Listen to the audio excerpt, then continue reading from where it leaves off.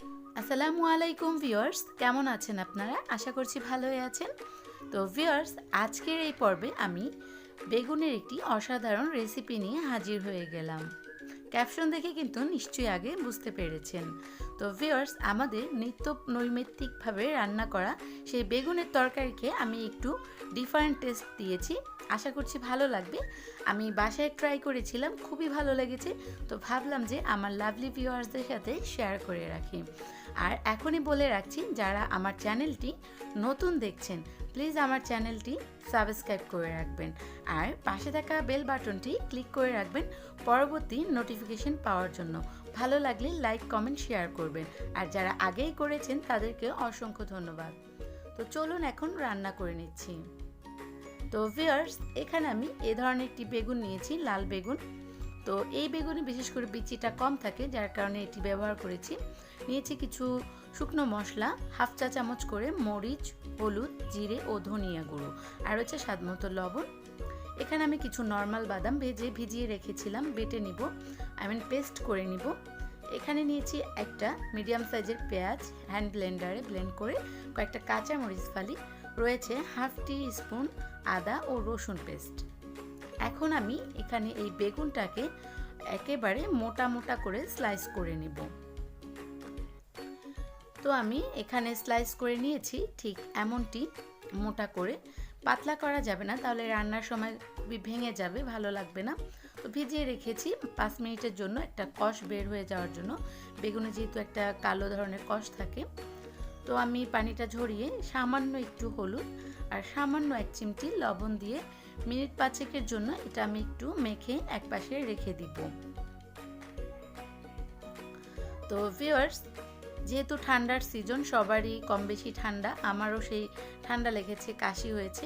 তো কথা যদি খারাপ লাগে প্লিজ কিছু মনে করবেন না। তো এখন আমি প্যানে চলে আসলাম, দিয়ে দিলাম সরিষার তেল।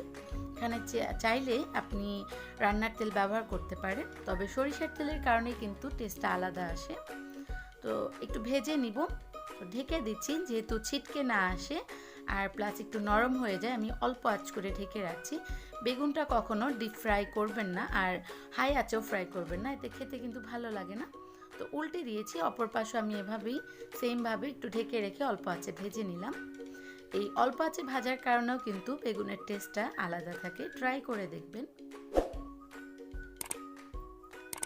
তো আমার ভাজা হয়ে গেছে, আমি তুলে নিচ্ছি। একই প্যানে আমি আবারও সামান্য একটু তেল দিব, যেহেতু বেগুন ভাজার সময় আমি পর্যাপ্ত তেল দিয়েছি।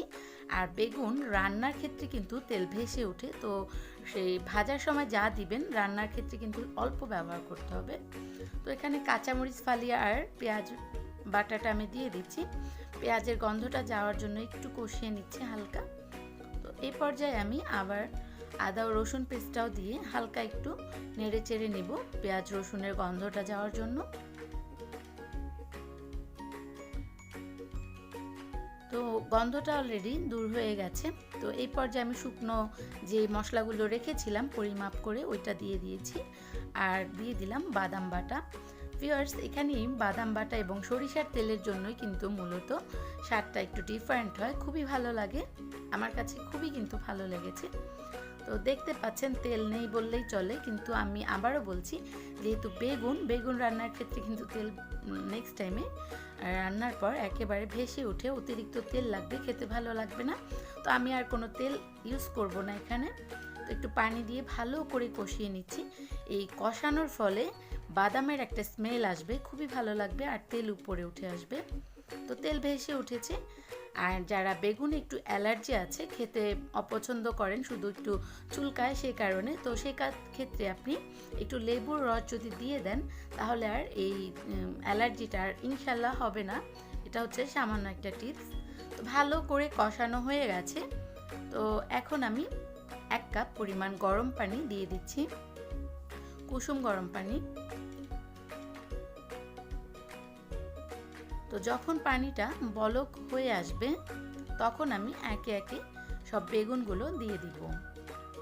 তো ভিউয়ার্স, আবারও বলে রাখছি, যারা আমার চ্যানেলটি এখনও সাবস্ক্রাইব করেনি প্লিজ সাবস্ক্রাইব করবেন। আর এরকম আরও ভালো এবং আনকমন রেসিপি পেতে আমার চ্যানেলটি কিন্তু অবশ্যই সাবস্ক্রাইব তো করতেই হবে, আর বেল বাটনটিও কিন্তু প্রেস করতে হবে নেক্সট আপডেট পাওয়ার জন্য। আর যেসব ভাই বোনেরা এবং আমার আশেপাশের যে পছন্দের মানুষগুলো আগেই করে রেখেছেন, তাদেরকে আন্তরিক ভালোবাসা এবং শ্রদ্ধা রয়েছে তাদের উপরে। তো এখন একটু মিনিট 5-6 মতো ঢেকে রাখছি।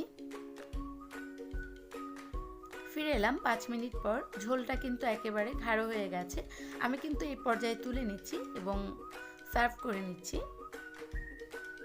তো ভিউয়ার্স, তৈরি হয়ে গেল আমার একটু ভিন্ন স্বাদের রেগুলার যে বেগুন তরকারি থাকে, একটু ভিন্ন লুকে, খুবই আলাদা টেস্টে। আশা করছি ভালো লাগবে। ভালো লাগলে লাইক, কমেন্ট এবং শেয়ার করবেন। আর সবার সবসময় সুস্থতা কামনা করি। আজ এই পর্যন্ত, সবাই ভালো থাকবেন। আল্লাহ হাফেজ।